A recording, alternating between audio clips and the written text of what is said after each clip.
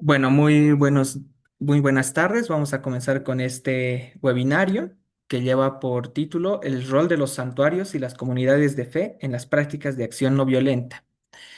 Eh, tenemos que agradecer para empezar la participación de todas las personas que están ingresando a la sala, ingresando al chat. Les damos a todos unas muy buenas tardes y la cordial bienvenida a este webinario, ¿no? Este espacio busca reflexionar sobre cómo la fe, la espiritualidad y la organización comunitaria pueden convertirse en fuerzas transformadoras frente a la violencia, la exclusión o las injusticias estructurales. A lo largo de esta sesión conversaremos con tres personas profundamente comprometidas con la defensa de la dignidad humana, los derechos y la construcción de paz desde la fe y la acción social. Bueno, voy a pasar a dar una breve introducción de cada invitado para este webinario. La primera persona es María Alejandra Andrade. Eh, en primer lugar, nos acompaña María Alejandra Andrade, socióloga, teóloga ecuatoriana con una destacada trayectoria de más de 20 años, acompañando a comunidades religiosas en procesos de transformación integral.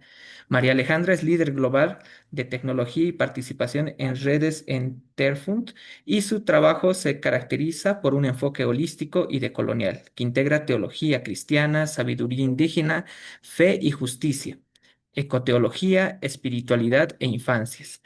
Ha publicado diversos textos académicos y ministeriales en español e inglés y combina en su vida profesional la reflexión teológica con el compromiso por una sociedad más justa y sostenible. María Alejandra, es un honor tenerte con nosotros y bienvenida.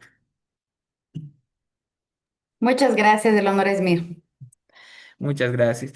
También tenemos como segundo invitado a Víctor Rey. Eh, es chileno de nacimiento, ecuatoriano por opción y quiteño por adopción, como él se describe, profesor de filosofía, licenciado en ciencias sociales y máster en comunicación social por la Universidad Católica de Lovaina, en Bélgica. Víctor se define como comunicador por vocación y humanista por convicción. Es un promotor incansable de la justicia, la libertad y la fraternidad, y un amante de la vida sencilla, de la palabra y del diálogo. Víctor, gracias por aceptar esta invitación y por acompañarnos en este conversatorio. Gracias, Lucio, por esa presentación. Gracias. Por último, tenemos a Blanca Pacheco. Nos alegra contar con su presencia. Es codirectora del nuevo movimiento Santuario de Filadelfia en Estados Unidos. Blanca es una organizadora comunitaria ecuatoriana con más de 20 años de experiencia en defensa de los derechos de las personas migrantes. Ha liderado campañas clave como el fin de la colaboración entre la Policía de Filadelfia y el IC, la creación de redes de respuesta rápida ante detenciones y deportaciones y la lucha por licencias de conducir para todas las personas sin importar sus estatus migratorios. Blanca encarna el espíritu del santuario, ofrecer refugio, esperanza y resistencia frente a las injusticias. Gracias, Blanca, por tu presencia y también por tu testimonio en este webinario. Gracias por la invitación. Bueno, vamos a comenzar entonces, quizás en ese orden de presentaciones, con la primera pregunta, ¿no? En base a lo que se ha preparado para este webinario. La primera pregunta es, ¿cómo las comunidades de fe, desde sus espiritualidades y teologías locales, han desarrollado formas de resistencia civil frente a sistemas de exclusión o destrucción de la vida, como el extractivismo o la colonización cultural? Entonces, María Alejandra, te damos la palabra con unos 5 minutos a 7, ¿no? Muchas gracias. Quisiera comenzar solamente mencionando desde dónde parte lo que yo voy a compartir. Mi experiencia principal tiene que ver con comunidades de fe evangélicas, no únicamente, pero principalmente desde ese lado. Y mi perspectiva también es latinoamericana, pero también un poco más global. Entonces, al hablar de comunidades de fe, me parece que es importante reconocer que no podemos encasillar comunidades de fe en un solo, como en una sola categoría. Comunidades de fe son muy diversas y dentro de las comunidades de fe, las comunidades cristianas son muy diversas también. Entonces, hay comunidades de fe cristianas que han tomado algunas posturas a favor de la resistencia civil y luchando y siendo críticas como una voz de denuncia ante sistemas de exclusión y destrucción de la vida, pero no ha sido el caso de todas. Entonces, no toda teología o no toda o discurso acerca de Dios necesariamente promueve justicia. Hay discursos de Dios que no han promovido justicia, sino que han legitimado y perpetuado injusticias. Y no toda comunidad de fe necesariamente toma esta postura. Entonces, lo que vamos a compartir es un microcosmos dentro de un universo mucho más grande. Me parece a mí que momentos muy críticos en donde la vida se ha visto amenazada han sido históricamente momentos en donde las iglesias han sido empujadas a tomar una voz muchísimo más crítica. Como digo, hay muchas teologías, discursos sobre Dios que han perpetuado machismo, que han perpetuado esclavitud, que han sostenido racismos. Pensemos cómo llegó la Biblia a nuestro continente, la Biblia junto con la espada, pero los momentos en donde hemos estado contra la espada y la pared como sociedad son momentos en donde muchas iglesias y muchas personas cristianas se han visto en la necesidad de revisar su teología, de desafiar lo que entendían en cuanto a Dios y en cuanto a la Biblia. Reconocer, por ejemplo, que en los textos bíblicos está la centralidad del amor. Ama a tu prójimo como a ti mismo, ama a Dios, ama inclusive a tus enemigos, ama a los que no son como tú. Que es fuertísimo, parece romántico, pero tiene muchísimas implicaciones. En los textos bíblicos vemos que Dios tiene una opción preferencial por los pobres desde el comienzo. Hay un corazón especial o hay una preocupación especial que tiene Dios por las personas más vulnerables a lo largo de los textos bíblicos. El Antiguo Testamento habla muchísimo sobre el rol de los profetas. Profetas entendido como esas personas que denunciaban a los poderes, poder político, poder social, poderes religiosos, pero que también anunciaban una alternativa diferente, que anunciaban esperanza, la idea de un nuevo, un mundo otro posible, ese sueño de Dios que es una vida en abundancia. Shlama o Shalom, esta idea de vida en plenitud, una paz que es más que solamente la ausencia de conflictos, sino una paz que se consigue porque hay justicia, que hay plenitud, porque hay liberación. Y Jesús, como profeta y como maestro, encarnó en su vida y en su lucha una opción de resistencia no violenta. Entonces, los momentos más oscuros de nuestra historia nos han obligado a recuperar esos textos bíblicos que nos hablan de liberación y de una vida distinta a lo que estamos viendo, y es lo que aporta la fe. La fe nos ayuda a leer nuestra realidad con unos ojos de posibilidad. Vemos mucho dolor, pero el dolor no lo es todo, la violencia no es la última palabra. Hay una esperanza de que algo puede ser diferente. Y sé que mi tiempo es corto, entonces quiero solamente mencionar como algunos de esos momentos en nuestra historia como América Latina. Recordemos los años 60, 70, 80, eran años de dictaduras latinoamericanas en muchísimos países en donde el gobierno de Estados Unidos apoyó, quitó, puso. eh, Apoyó asesinatos, desapariciones, números que todavía y que tal vez nunca logremos saber. Fueron momentos en donde surgieron teologías liberadoras, en donde surgieron esas teologías que nuevamente se ponían del lado del pueblo. Y como dije al principio, no fue algo de toda la iglesia. Hubieron sectores de la iglesia que se pusieron del lado de los poderes dictatoriales y hubieron algunas semillas, otras comunidades de fe en donde dijeron, esto no es lo que Dios nos manda y se pusieron del lado del pueblo. De ahí sale la teología de la liberación, sale la teología de la misión integral.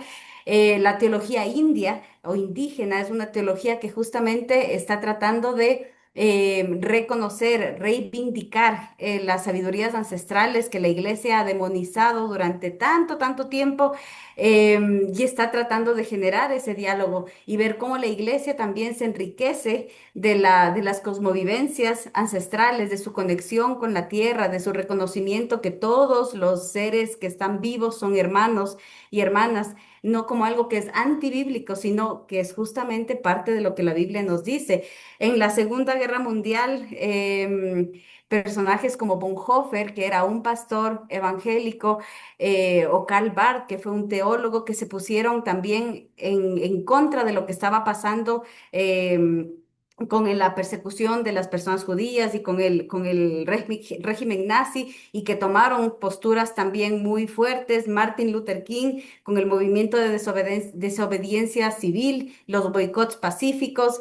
En el siglo XIX, durante el tiempo donde había esclavitud todavía, hubieron movimientos cuáqueros, que son nuevamente movimientos de fe, que hicieron un boicot contra el azúcar, porque sabían que el azúcar estaba producido por medio de la esclavitud, una esclavitud masiva, y entonces estos cuáqueros empezaron a cambiar su bebida por la cerveza, porque tomar cerveza era más ético que consumir bebidas que tenían azúcar, porque el azúcar perpetuaba esclavitud. Sudáfrica con el apartheid, movimientos de fe también fueron muy importantes en llegar a abolir el apartheid, bueno, abolir entre comillas, pero en todo caso, por lo menos desafiar y resistir al apartheid en Sudáfrica, solo por poner algunos ejemplos. Gracias, Lucio. Muchas gracias. Tal vez podríamos continuar, no sé si se encuentra Víctor Rey. Creo que tuvo un pequeño problema con la conexión, entonces pasaríamos a Blanca Pacheco, por favor. Bueno, gracias Lucio y bienvenidos a quienes están en esta llamada. Pues para nosotros, en respuesta a la pregunta, ha sido, estoy recordando como los tiempos en los que nos construimos, como hace como 18 años, y fue más que nada el ver el dolor de nuestros semejantes, ¿no? Como me llama mucho, que también nos movemos mucho con el amor al prójimo, ¿no? Que estaba sucediendo que la gente inmigrante aquí en Filadelfia y en otras partes del país estaban siendo desaparecidos por medio de la deportación, ¿no? Entonces fueron varios líderes de fe que se reunieron y también llegué como invitada. Yo no soy religiosa. Por profesión, pero fue la preocupación de qué hacemos por estas personas que están siendo lastimadas por los sistemas violentos del gobierno y cómo nuestra fe puede ser fe activa, ¿no? Esperanza activa, amor abierto y activo, en vez de pues hablar de la esperanza en los púlpitos, hablar de la esperanza en las sinagogas. Entonces han sido trabajamos nosotros con diferentes entidades de fe, tanto cristianas como pocos evangélicos. Me identifico mucho con lo que está diciendo María Alejandra, que no todos tienen la misma creencia.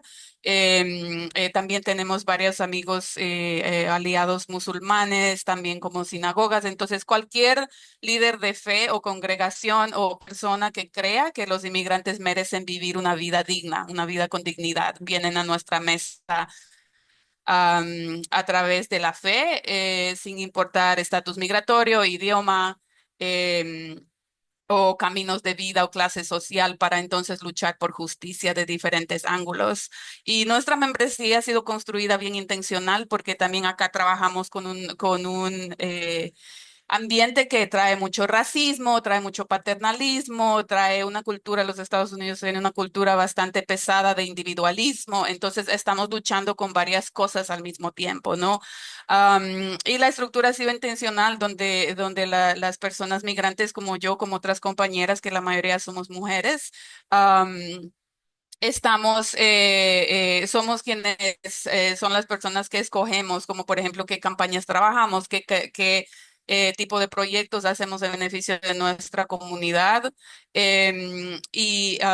por medio de campañas de escuchar, por medio de escuchar por nuestro programa de acompañamiento donde la gente nos busca para pedir apoyo, ¿no? Y también con la creencia de que los inmigrantes son somos seres humanos completos, no nada más en la parte, somos todos hijos de Dios, somos todos de la manera que cada religión o cada fe crea en Dios. Que todos somos hijos de Dios y somos personas completas, no únicamente esa parte pequeña de ser migrante, que eso no es nuestra identidad completa, que tenemos habilidades, que tenemos sueños, que tenemos cosas para contribuir y no solamente somos seres que necesitamos ser salvados. Entonces, los aliados, especialmente blancos, los ciudadanos, vienen a apoyarnos en el trabajo que necesitamos hacer nosotros y caminan con nosotros en ese camino de lucha. Entonces, de esa manera, los espacios que tenemos nosotros para organizar son creados intencionalmente dependiendo qué comunidad está en qué espacio y qué aporta cada grupo. Y usamos el modelo de educación popular otra vez como con la creencia de que los inmigrantes tienen mucho para contribuir y cuando le damos la bienvenida a nuestras puertas, escuchamos y apoyamos en todo lo que podrían estar batallando para ayudarlos a pensar y organizar próximos pasos en sus vidas. Entonces, en la educación popular, a veces la gente siempre piensa como estamos en un país diferente, estamos con un idioma diferente o rezamos diferente, la religión no se supone que se mezcle con la política o con los cambios de sistemas. Entonces, siempre estamos teniendo conversaciones sobre eso y siempre hablamos especialmente con las comunidades mexicanas que trabajamos, que las mujeres especialmente son expertas en organizar quinceañeras, son expertas en organizar cosas así y también organizar mucho acá organizan las oraciones con la Virgen Guadalupana que organizan todo el año y organizamos varias cosas, entonces tienen experiencia en eso. Tenemos un programa de acompañamiento que es lo mismo, es escuchar a las personas que necesitan y los acompañamos a las cortes, les conectamos con recursos y no solamente participa el clero, ¿no? El clero es una parte que abre la puerta a sus iglesias o congregaciones de fe para que nosotros podamos ir y organizar, pero sus miembros están poniendo su fe en acción preparándose para acompañar a las personas a estos sitios violentos que son de corte y deportación y de destrucción de familias. También viniendo a acciones que son organizadas para presionar al gobierno a escuchar lo que está sucediendo con la comunidad y tener peticiones claras para hacer los cambios.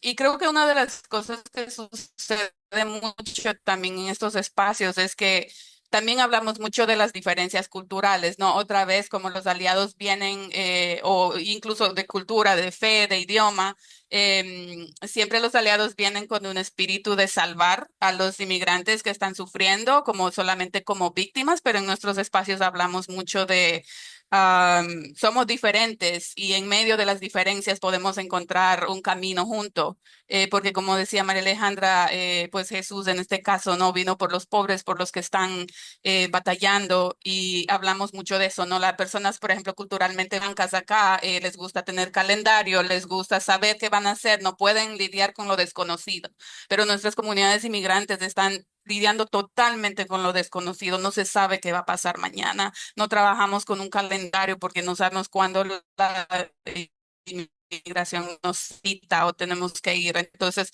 está esa lucha y ese tira y jala donde hablamos de eso, ¿no? Y los acompañantes tienen que trabajar con eso internamente y ir a las citas de acompañamiento sabiendo que están enfrentándose a lo desconocido. Entonces, y caminando, porque todos creemos que somos hijos de Dios y caminamos juntos y acompañamos. Entonces, eso es muy importante. Y creo una cosita más adheriría yo. Estoy mirando mis notas, lo siento que tuve un día largo. Am, em, y otra cosa que está muy presente es el idioma. Nos es bien interesante cómo la gente monolingüe que habla inglés llega a nuestros espacios, pues asumiendo que hay que otra vez solamente tener interpretación para los que hablan otro idioma, por ejemplo, español o francés o otro idioma, y no se preocupan en tener, por ejemplo, el equipo de interpretación.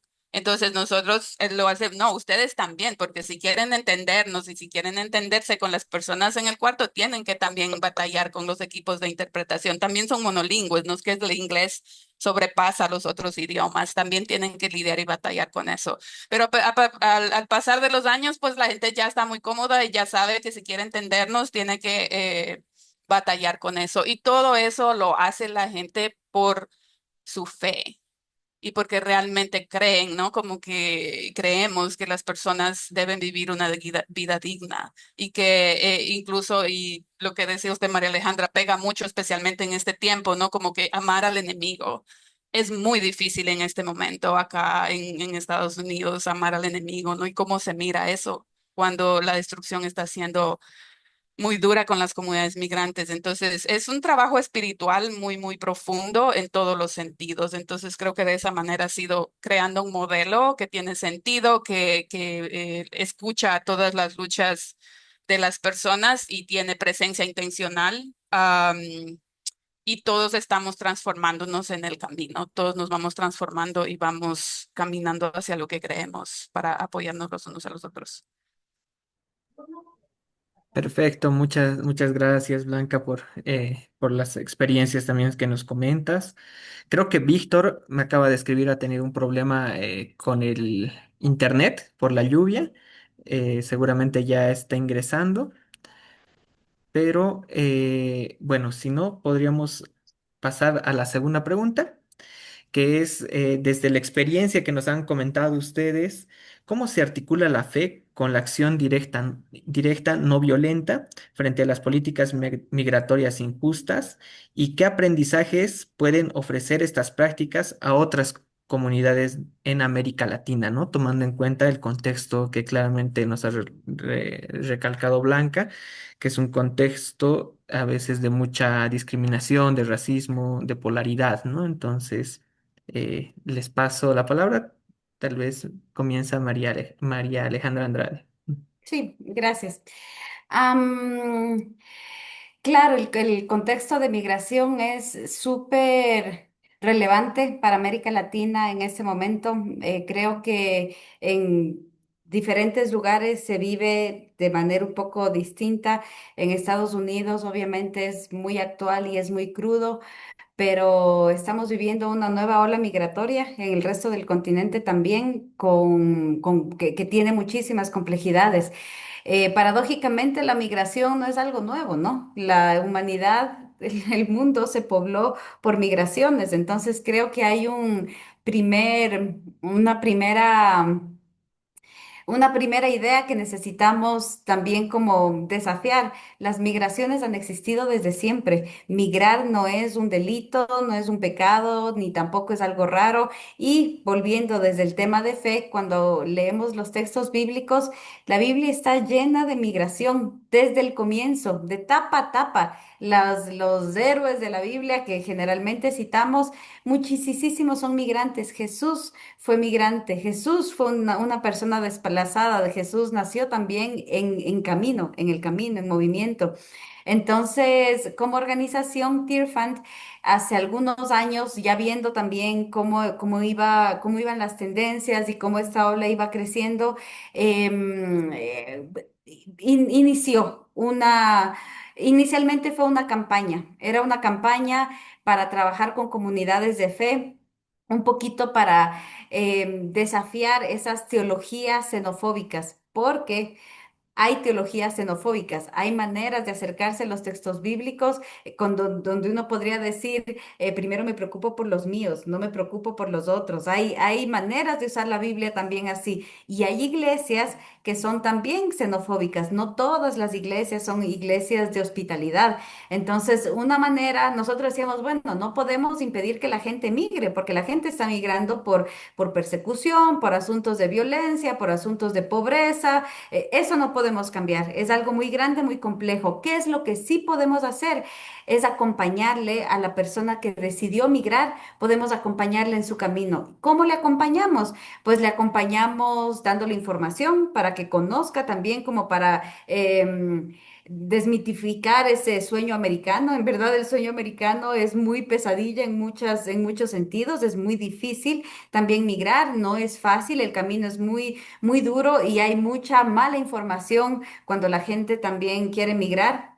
Entonces, proveyendo buena información, cómo es el tema legal, cómo funciona, pero también ayudándole en el camino. Entonces, en algún momento quisimos hacer una especie de corredor humanitario, tratando de poner en contacto iglesias de diferentes países, para que si alguien quiso migrar de Venezuela y está yendo para el norte, ¿por dónde puede pasar? ¿Dónde es un lugar seguro? Entonces, no son santuarios como las iglesias, como el movimiento santuario en Estados Unidos, pero son lugarecitos en donde la gente puede llegar y ahí habrá algunas iglesias en donde van a poder darle un plato de comida, en algunas iglesias tal vez le pueden dar hospedaje, en algunas iglesias le van a dar acompañamiento espiritual, le van a escuchar cuando quiere llorar porque pasaron cosas horribles en el Darién, van a poder orar por esa persona. Entonces era una especie de corredor humanitario donde las personas podían saber a dónde llegar e ir caminando, teniendo un poquito de pausa y un poquito de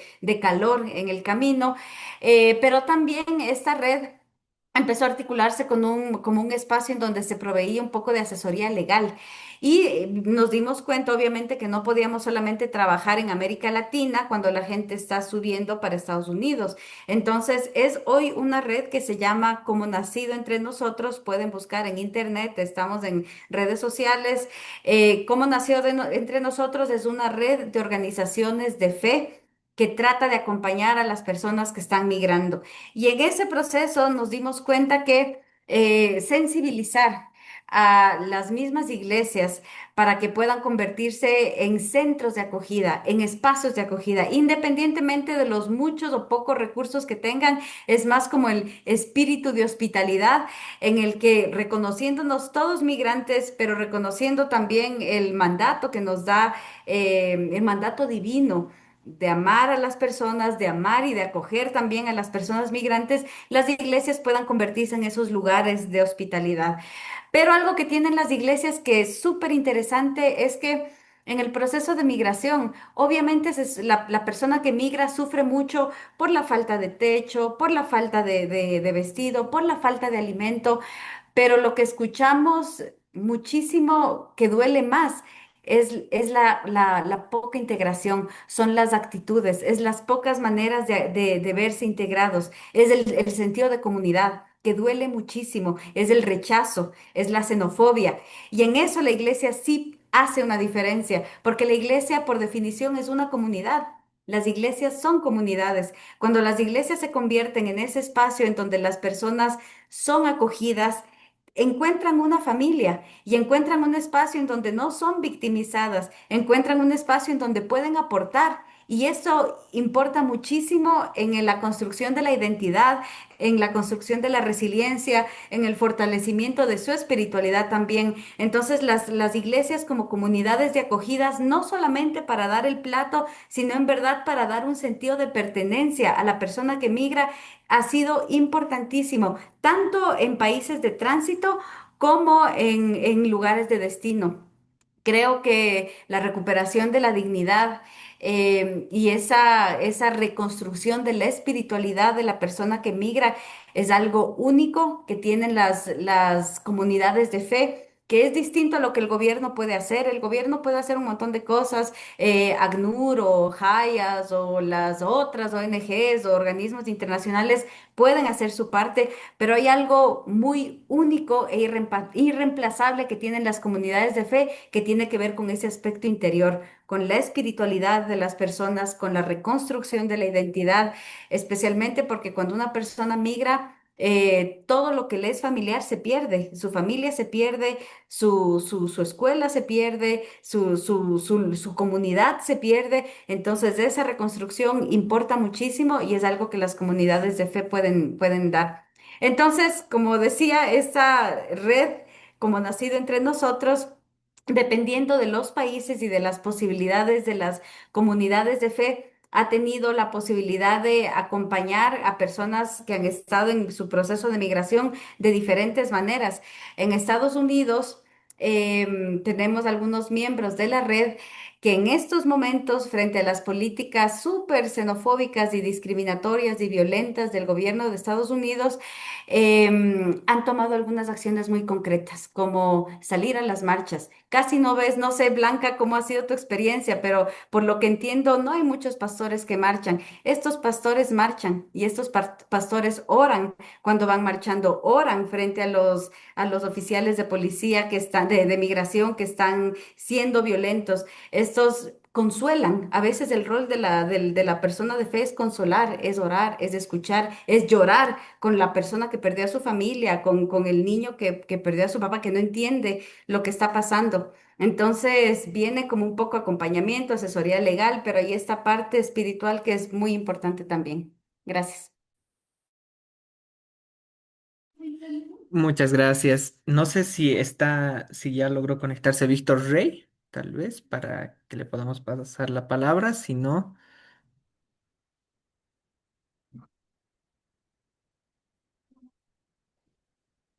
no, creo que no recuperó la conexión. Entonces, Blanca, por favor, pasaríamos contigo. Sí, gracias. Bueno, para seguir el hilo Creo que estoy pensando mucho, ¿no? Como que las iglesias, congregaciones de fe, por incluir a todas las religiones con las que trabajamos nosotros, pues no ha sido siempre que salen a la calle, ¿no? En nuestro caso, después de 18 años, pues sí, ahorita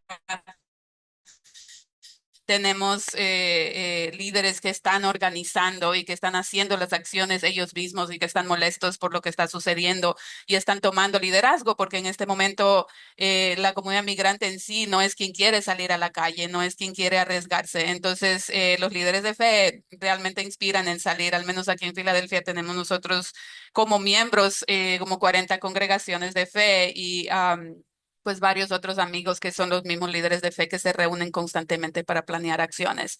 Y creo que en mi parte como que de Nuevo Santuario hacemos programación, ¿no? Nosotros no somos una organización de servicios, somos una organización de organización comunitaria para retar a los sistemas que están haciendo daño. Entonces, esa es nuestra razón de la existencia, pero tampoco podemos ignorar lo que está sucediendo a la gente. Entonces, por ejemplo, nuestros programas de acompañamiento, de conocer derechos y impartirlos de eso en las congregaciones o en espacios para la gente con quien trabajamos, es para nosotros un oído para saber qué es lo que está pasando en la comunidad y qué es lo que está sufriendo la gente para nosotros poder retar a los sistemas que están causando ese daño. Entonces, por dar un ejemplo de cómo nosotros hemos tomado esa religión como herramienta, por decirlo así.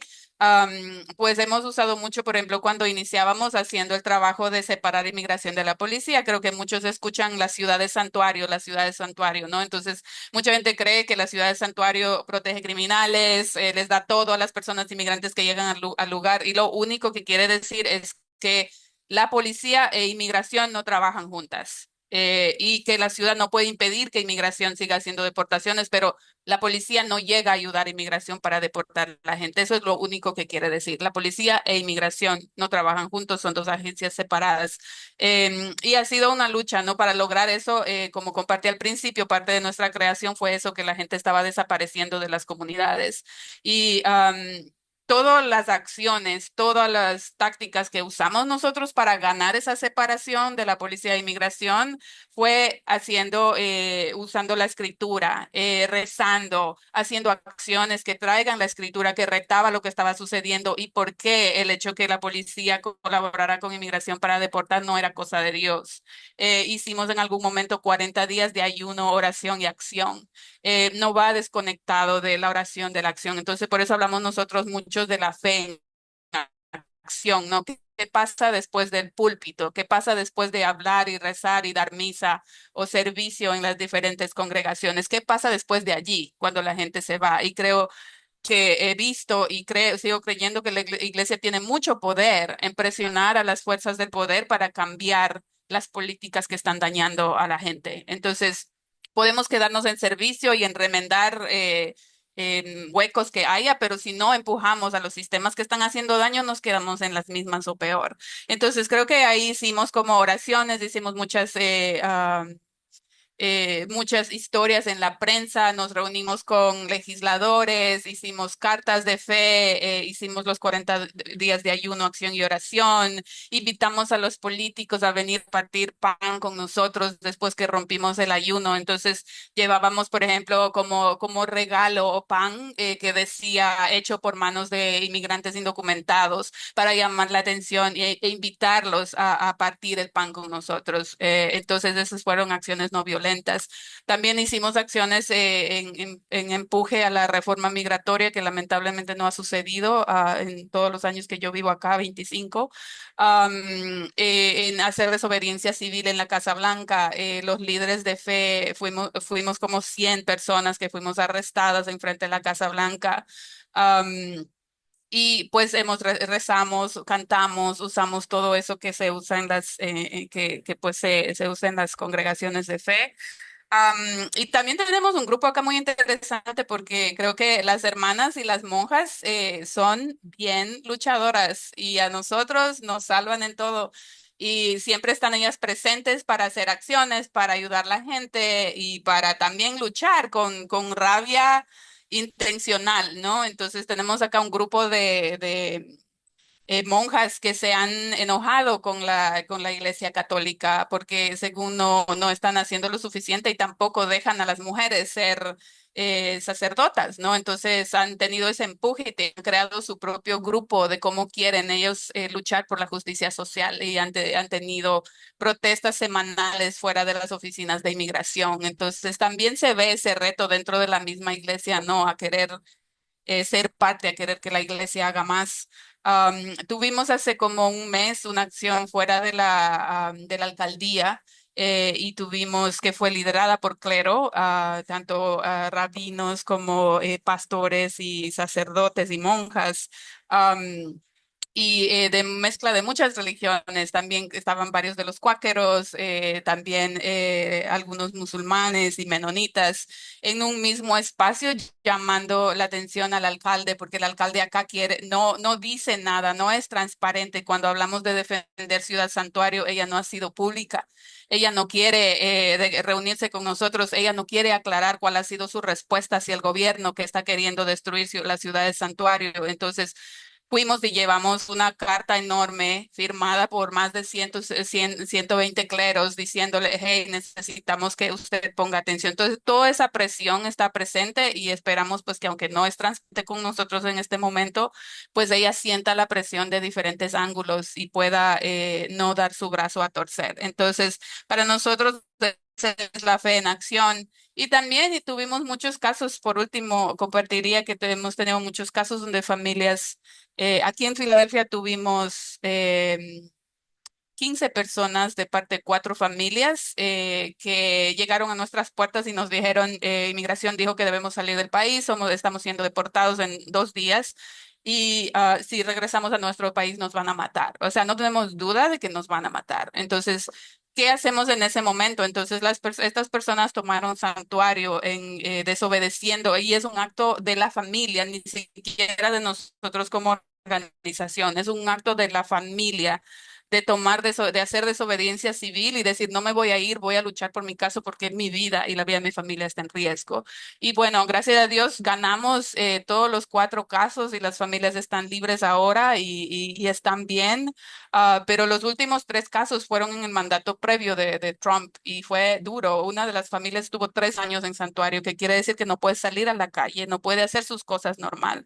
Entonces son 15 personas que se beneficiaron de este trabajo, pero también cientos de personas se educaron alrededor de esos casos, de las luchas de las personas migrantes. Hacíamos cenas mensuales para que las familias puedan vender su comida y la gente viniera a aprender el progreso de su trabajo y había oración, canciones, comida y entregando valor a las familias y las familias liderando eso. Entonces creo que uno de los éxitos fue ese, ¿no? Como que sí que las familias salgan libres, pero también cientos de personas se solidarizaron y se educaron también alrededor de eso. Entonces, volviendo a eso, es como para nosotros tener programación que apoya el dolor en el camino de los migrantes ahí, pero también presionando a los sistemas que están dañando a esas familias a cambiar y siendo claros con el cambio que estamos pidiendo. Y la última cosa que estamos presionando aquí al gobernador de Pensilvania es a que corte toda colaboración con inmigración y también otorgue licencias de conducir. Entonces, esa presión es organizar por años, pero bueno, sí han estado los pastores y las congregaciones de fe dando la cara, pero todavía hay mucho, mucho trabajo por hacer porque todavía dentro de las membresías mismos hay personas individuales, los devotos de las diferentes iglesias, pues hablando, ¿no? Como que ustedes están haciendo política y pues no, nosotros no hacemos política y pues todo es político. Entonces, esa ha sido nuestra experiencia.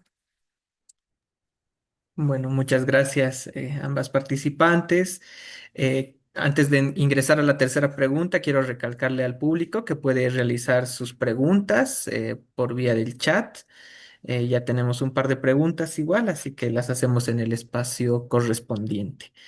Eh, bueno, vamos a ingresar a la tercera pregunta. Es ¿en qué medida los santuarios de fe han tenido éxito en sus acciones? Claramente ustedes han mostrado, a partir de las propias experiencias de sus organizaciones, que sí se han logrado y se ha logrado cambiar la vida de muchas personas y ayudar a muchas personas desde estas comunidades religiosas y los santuarios, ¿no? Pero bueno, en esta pregunta queremos hacer sobre todo un énfasis, después de toda la experiencia que nos han presentado, para poder tener como un cierre, ¿no? del webinario con las diferentes prácticas que se han tenido y pasamos posteriormente a las preguntas del público. Entonces, primero sería María Alejandra, por favor, para responder esta tercera pregunta. Sí, es una pregunta súper interesante, pero también compleja, porque depende de cómo defines éxito. ¿Qué es éxito? Estaba hablando Blanca sobre lograr cambios. Entonces, si es que vemos éxito como cambio de leyes, qué impacto hemos tenido en el cambio de leyes, o si es que éxito es cambiar la cultura, aportar al cambio de la cultura, cambiar las actitudes, cambiar los comportamientos de las personas ante temas particulares. Entonces, creo que hay casos en donde podemos ver éxito pensando en este cambio de leyes. Pero hay mucho éxito también en una escala mucho más pequeña y no por ser una escala más pequeña deja de ser igualmente importante. Entonces quiero contarles la historia del pastor Willy en Honduras. El pastor Willy pastorea en unas comunidades rurales de Honduras.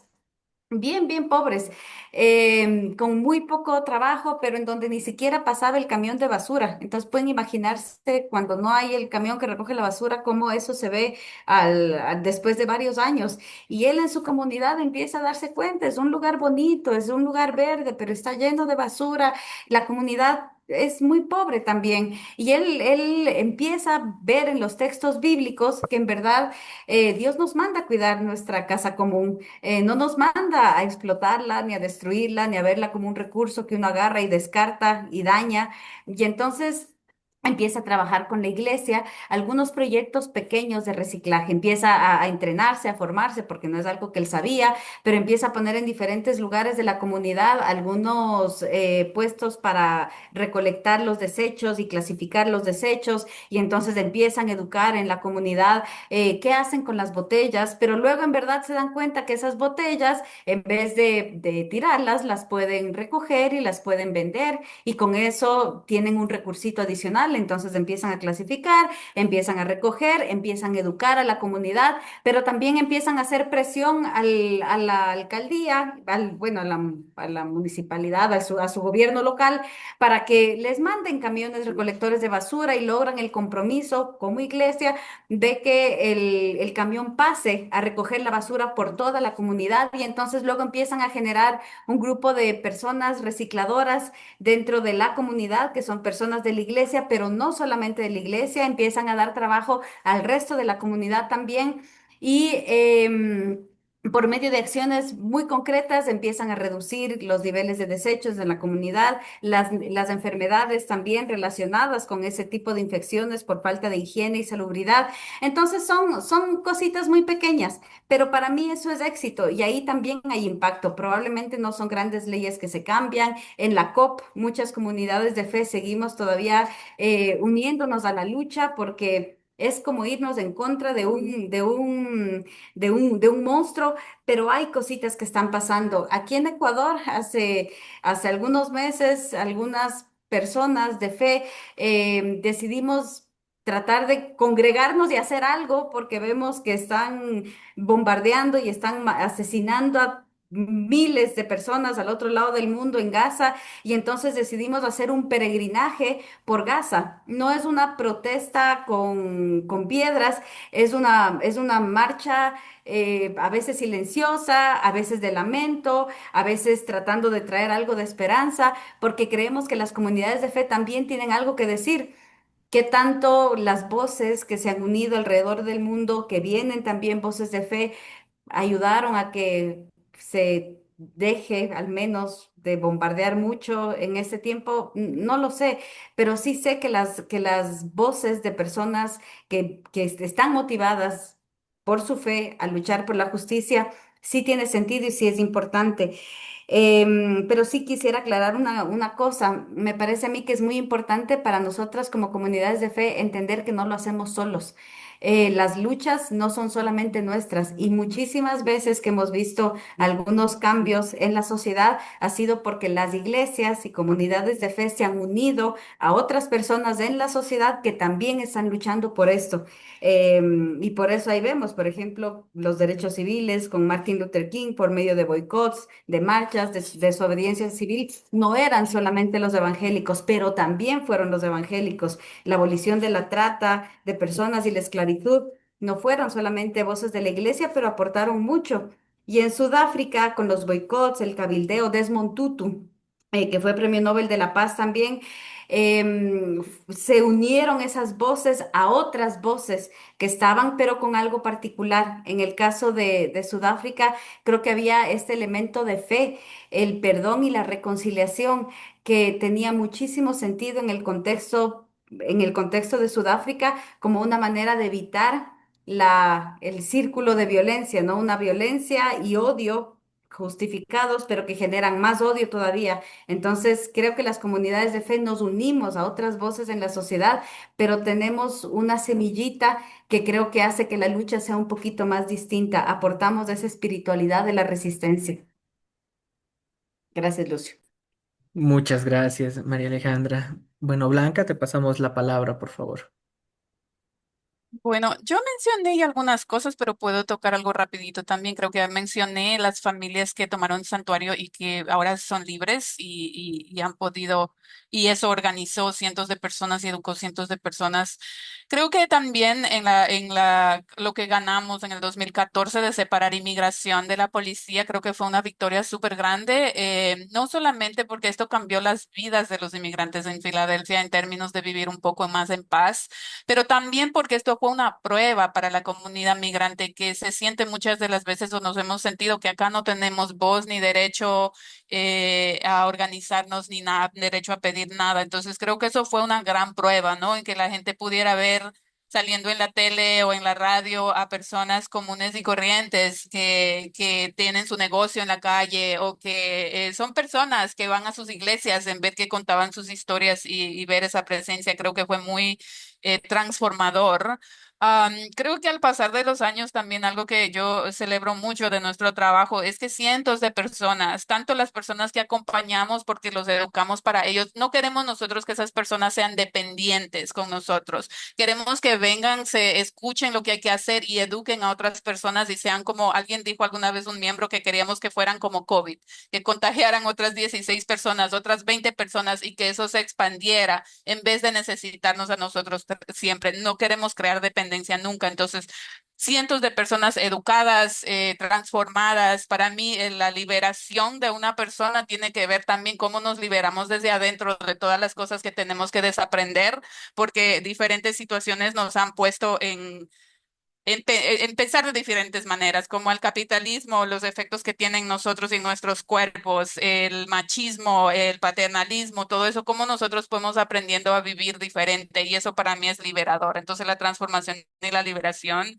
es muy importante y el poder existir con diferentes religiones en un mismo cuarto es súper interesante porque los judíos no siguen a Jesús, ¿no? O sea, no es como que igual. Y entonces los católicos defienden mucho, pues Jesús, ¿no? Y todo eso. Entonces creo que vivir y coexistir en un mismo espacio con el interés de que todos somos seres humanos y todos somos bienvenidos es muy interesante. Y creo que eso, más que nada, la transformación que sucede y la creación de comunidad que creo que María Alejandra tocó, ¿no? Como que casi siempre que nosotros, nuestro personal son como de 6 diferentes países, si estoy bien, o 7. Entonces tenemos Jamaica, Ecuador, Guatemala, Honduras, Connecticut, Venezuela. Entonces tenemos como de todos los países y siempre yo comparto que alguna vez hicimos eventos de recaudación de fondos para ayudar familias detenidas y el plan era jugar bingo para sacar dinero, pero la mayor pelea que tuvo el grupo fue porque cada quien quiso jugar bingo como juegan en su país. Entonces creo que esas culturas que se van uniendo ahí, o sea, son muy interesantes en esa creación de comunidad y transformación y amarnos el uno al otro. Bueno, María Alejandra, Blanca, muchas gracias por las respuestas a las preguntas. Vamos a pasar a algunas preguntas que se han hecho en el chat, que son dos específicamente. Bueno, voy a pasar a leer la primera. Dice, el tema y las reflexiones en el espacio me hacen pensar un poco en las comunidades eclesiásticas de base en El Salvador en el marco de la Guerra Civil, el cual era un espacio de resistencia y de acompañamiento por parte de la institucionalidad religiosa. Mi pregunta es, ¿cómo la religión resuelve el acompañamiento de las personas migrantes cuando estas personas pertenecen a la comunidad LGTBIQ+, y las personas están acompañadas de su pareja? Bueno, ahí va una pregunta. Tal vez puedo hacer las dos preguntas que han llegado y así se las respondo en general. Y otra pregunta que me entra al chat directo es, ¿qué desafíos encuentran las comunidades religiosas cuando deciden actuar frente a políticas o estructuras injustas? Entonces, bueno, serían estas dos preguntas. No sé si comenzamos, cambiamos el rol de preguntas. Tal vez Blanca primero y después María Alejandra. Súper, yo puedo responder, me gusta mucho eso de que cómo se está pensando en las cuestiones en El Salvador, porque por ejemplo hoy tuvimos un retiro de personal y usamos siempre, a mí me gusta mucho usar la oración de Monseñor Romero, que se llama profetas de un futuro que no es nuestro, y es muy liberador y me encanta. Pero en nuestro caso, Osmin, nosotros, como decía, damos la bienvenida a la persona como ser humano. No estamos preguntando ni preocupados ni mirando si tienen diferentes creencias culturales, orientación sexual o nada de eso. Entonces nosotros acompañamos a cualquier persona como ser humano y es todo. Am, y claro, escuchamos si tiene necesidades o pedidos, porque pues sabemos que también no es color de rosas, ¿no? No queremos que alguien eh, lea, lo lastime de alguna manera. Entonces preguntamos, ¿no? ¿Qué necesita de los acompañantes en ese espacio? Y entrenamos exclusivamente a nuestros voluntarios para que su rol es acompañar. Su rol no es preguntar por historias traumáticas, su rol no es resolverle los próximos pasos porque tenemos personal específicamente para hacer ese trabajo. Su rol es acompañar, mostrar presencia ante los agentes de inmigración o el juez y para mostrar que hay comunidad que está mirando, hay alguien que está vigilando y va a reportar y va a saber si la persona fue arrestada o qué pasó. Entonces, hacer esa presencia y ofrecer oración. La oración es, el espacio espiritual es opcional, no fuerza a nadie. Si alguien quiere oración, hacemos oración. A veces nos hemos encontrado con salas llenas de gente que han querido unirse a la oración en ese momento y se hace con todos los demás, pero es opcional. Entonces, siempre centramos a la persona que necesita acompañamiento. Entonces, no sé si eso responde y tampoco quiero hacer como que sí, en medio de las congregaciones que trabajamos, lamentablemente sí hay homofobia y todo eso. Dentro de nuestra organización no damos la bienvenida a ese tipo de conducta y no se representa tampoco en los programas que tenemos, pero estamos conscientes que está presente con algunas personas en ciertos espacios y tenemos conversaciones intencionales sobre eso. Sobre los retos, ¿puede repetir la pregunta? Claro que sí. ¿Qué desafíos encuentran las comunidades religiosas cuando deciden actuar frente a políticas o estructuras injustas? Ok. A mí me gusta mucho esta parte porque, por ejemplo, por dar un ejemplo específico, cuando fuimos a dejar la carta al alcalde, pues a veces o muchas de las veces los cleros tienen acceso a espacios de poder o a espacios donde una persona común de la comunidad quizás no tiene acceso. Y para mí ver al clero frustrado porque no les quisieron recibir la carta es bueno porque entonces con esa rabia uno puede seguir organizando y puede presionar. Es un reto porque pues la gente se decepciona y dice, bueno, tratamos de entrar a dejar la carta a 5 cleros como habíamos planeado y solo dejaron pasar a uno. Y se ve la cara de decepción y todo eso, pero también eso construye rabia y por medio de esa rabia también se pueden organizar próximos pasos. Entonces, Otros de los retos que puede ser es que también que hay líderes de fe que sí tienen acceso y poder, pero no creen en organizarse hacer organización como justicia social. Entonces es difícil cuando un político quizás identifica un clero o una institución que puede codearse con ellos y como usarlo como, oh, estamos trabajando con la comunidad migrante porque hablamos con Pastor Lucio y Pastor Lucio dijo que todo lo que estamos haciendo está bien, entonces rompe todo el trabajo que hacen organizaciones más pequeñas, pero creo que aquí en Filadelfia hemos podido avanzar para que eso no suceda tanto. Cuando estábamos luchando por desconectar la migra de la policía, el alcalde ofreció hacer un cambio mínimo a la arquidiócesis de Filadelfia, pero la arquidiócesis de Filadelfia supo que nosotros estábamos organizando y no dio su brazo a torcer y dijo, no, hablen con este grupo que está organizando. Entonces creo que eso es un reto, pero también a pasar de los años ha progresado. Perfecto, muchas gracias, Blanca. Bueno, pasamos con María Belén, por favor. María Alejandra. María Alejandra, perdón. Tranquilo, tranquilo. Me encanta escuchar a Blanca hablando de lo abiertas y em, sí, realmente sin ponerse a su experiencia de acoger a las personas sin importar ni qué es lo que creen, ni orientación sexual o de dónde vienen, porque realmente no es lo que nos debe preocupar.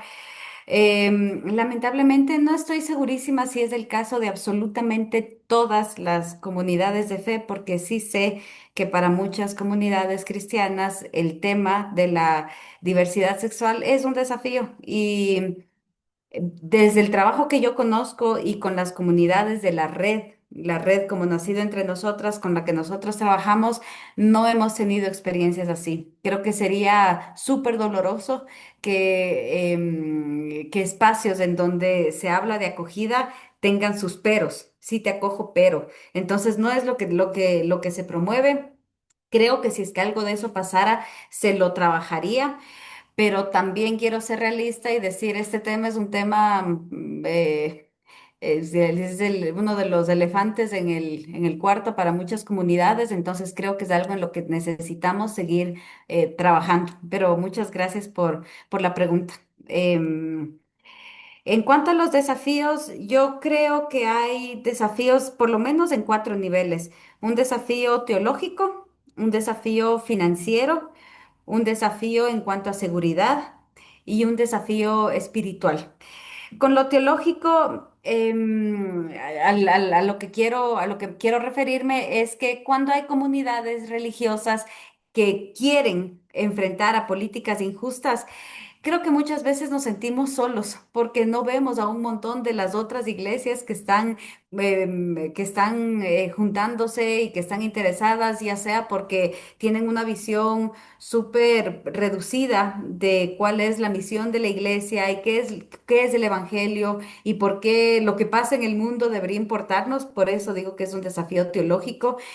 No son temas populares generalmente en las iglesias, hablar de migración, hablar de cuidado de la creación, hablar de guerras, hablar de protestas, de condiciones de pobreza o de injusticia, protestas sociales, no son temas que muchas iglesias les gusta tratar porque piensan que es que eso no le toca a la iglesia, eso es político y como dijo Blanca, todo es político y todo eso debería importarnos porque todo eso tiene que ver con llevar buenas noticias. El otro desafío teológico creo que tiene que ver con los aliados, porque que en muchas iglesias crecimos con la idea de que solo nos juntamos con los de la iglesia. Entonces, inclusive para algunas iglesias juntarse con gente de otras denominaciones, por ejemplo, evangélicos y católicos, ya es un mundo. Creemos lo mismo, somos cristianos, pero en muchas iglesias nos enseñaron que no nos llevamos con esos. Entonces, es un desafío teológico aprender a juntarnos y a buscar aliados en nuestros espacios, no fuera de nuestros espacios de confort. Ese es el desafío teológico. Desafío financiero, muchas veces el poder es el que tiene la plata y hay organizaciones de fe que reciben dinero para hacer su trabajo social, ya sea de los gobiernos o ya sea de algunas empresas, no sé, algunos donantes. Generalmente meternos a enfrentar políticas injustas es empezar a enfrentar los poderes que tienen también el poder de la plata. Entonces, al estar levantando la voz, me imagino, Blanca, contra el gobierno, las políticas del gobierno de Estados Unidos están también susceptibles a que les pongan el ojo encima y empiecen a buscarles las cinco patas para ver cómo les cortan fondos o les cierran. Pero eso también lo hemos visto aquí en Ecuador, cuando a muchas ONGs que están denunciando y están mostrándole al gobierno las cosas que están mal, el gobierno se pone también a buscar cómo hago para cortarles los fondos, congelarles las cuentas, ponerles más trabas. Mi organización es una organización que está basada en el Reino Unido. Tratar de levantar la voz a favor de la gente en Gaza delante del gobierno cómplice del Reino Unido es un mundo, porque nos pueden quitar un montón de dinero que a la final le estamos destinando para acompañar a las personas en situación de refugio. Entonces, el desafío financiero es real. Y aunque muchas veces quisiéramos decir sí, pero es que la causa es más importante, pues ese dinero es el dinero con el que estamos sosteniendo mucho el trabajo que hacemos. Entonces hay que pensarlo. Desafío de seguridad, pero Verónica Flaché hablaba de alguna experiencia de una persona, de algún testimonio del rol del Evangelio en momentos de opresión y peligro de manera muy concreta. Ponerse en la lupa es realmente un tema de peligro. Tenemos a pastores que han sido asesinados en Colombia por el trabajo que hacen en lugares en donde hay conflicto armado, porque están o paramilitares o guerrilla, que obviamente trabajar por el bienestar de las personas, evitar que recluten a niños para las filas de cualquiera de los bandos, es poner una traba a los grupos armados. Entonces, hemos tenido pastores asesinados, hemos tenido pastores secuestrados, hemos tenido pastores desaparecidos, porque la persecución es real. Y finalmente, un desafío espiritual, porque los líderes de fe son también personas que están acompañando a su gente y es un peso muy grande ver tanto dolor y tratar de mantener la esperanza tener una voz de esperanza en medio de tanto dolor. Crisis de fe son reales y también son normales. Mirar la realidad con los ojos de fe es parte del trabajo profético, pero es un trabajo que pesa también.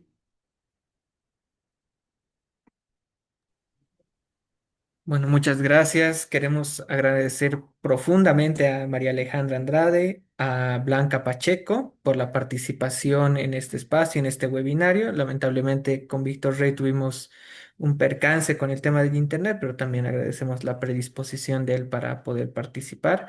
Les agradecemos por sus aportes inspiradores y también a todas las personas que han participado y que han acompañado este espacio, que este diálogo sobre todo nos anime, ¿no? A seguir construyendo comunidades de fe comprometidas en la justicia social, la paz y la no violencia activa, ¿no? Sobre todo para todas las personas con las que se trabaja.